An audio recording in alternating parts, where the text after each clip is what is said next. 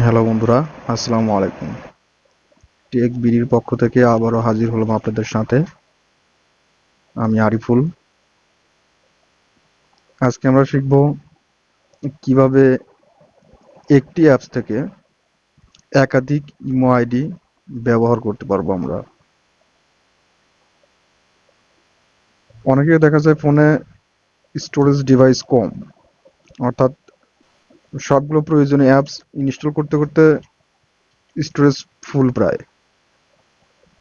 আবার অনেকের এর মধ্যে দেখা যায় যে একের অধিক ইমো ব্যবহার করতে হয়, মানে ইমো নাম্বার বা ইমো অ্যাকাউন্ট ব্যবহার করতে হয়, যার জন্য দুইটা ইমো অ্যাপস ইউজ করে থাকি আমরা।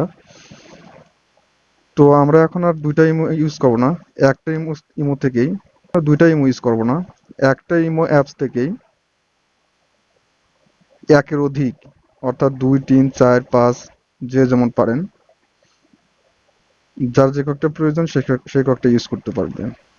তো তার জন্য আমাদের যেটা লাগবে ইমোবিটা। তো ইমোবিটা আমরা প্লে স্টোর থেকে ইনস্টল করে নিতে হবে আমাদের।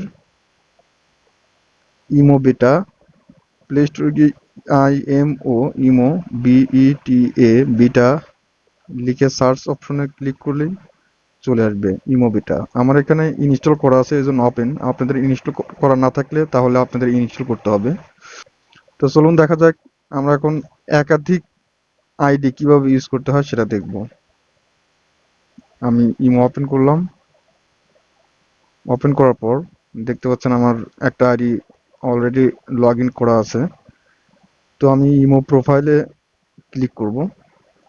ক্লিক করার পর দেখতে পাচ্ছেন এখানে সুইটস অ্যাকাউন্ট নামের একটা অপশন আছে, সেখানে ক্লিক করব আমরা। এখানে ক্লিক করার পর দেখতে পাচ্ছেন আরিফুল ইসলাম নামের একটা আইডি আমার অলরেডি লগ ইন করা আছে।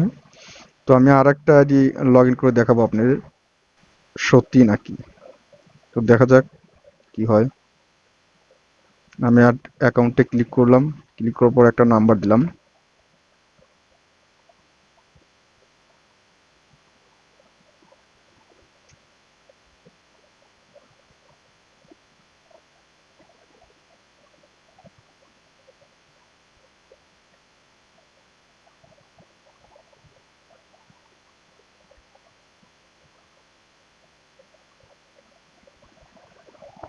এখন আমরা ওকে করব।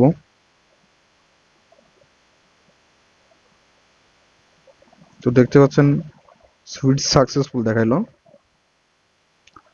তো আমার এখানে আগের থেকেই ইমোটা লগ ইন করা ছিল জন্য কোনো কোড চাইনি। আপনাদের যদি প্রথম লগ ইন করতে হয় তাহলে কোড চাইবে। আপনি যে নাম্বারটা দিবেন সেই নাম্বার একটা কোড যাবে, সেই কোডটা ওখানে বসায় দিলে হবে। দেখেন এই যে আমার এখানে দুইটা ইমো অলরেডি চালু আছে। তো এখন এটার থেকে অন্যটায় গেলে এখানে ক্লিক করলে হবে, আরিফুল ইসলামে ক্লিক করলে হবে। দেখেন এই যে আমি আরিফুল ইসলামে ক্লিক করতেছি, এটা অলরেডি ওটার থেকে আরিফুল ইসলামে দেখেন এই যে ক্লিক লগ ইন হয়েছে। ঠিক আছে। তো এখন অনেকেরই সমস্যা হয় কি যে আবার মানে এটা রাখতে চায় না। তো না রাখার জন্য আমি সুইটস অ্যাকাউন্টে আবার ক্লিক করে একইভাবে আমি তাসরিফ যে অ্যাকাউন্টটা আমি লগ ইন করলাম এখন আপনাদের সামনে সেটা আবার রিমুভ করে দেবো। রিমুভ করার জন্য যেটা করতে হবে কি, আমাদের তাসরিফের উপর চাপ দিয়ে ধরে রাখতে হবে। ধরে রাখার পরে রিমুভ একটা অপশন উঠবে, সেখানে আমরা ক্লিক করব। ক্লিক করার পরে রিমুভ লেখা আছে, সেখানে আমরা ক্লিক করব। ক্লিক করার পর দেখেন অলরেডি রিমুভ হয়ে গেছে। থ্যাংক ইউ বন্ধুরা, আজকের ভিডিও এই পর্যন্তই। যদি আমার ভিডিও ভালো লাগে তাহলে লাইক করবেন, শেয়ার করবেন, অ্যান্ড পরবর্তী আপডেট পেতে চ্যানেলটি অবশ্যই সাবস্ক্রাইব করে রাখুন। ধন্যবাদ।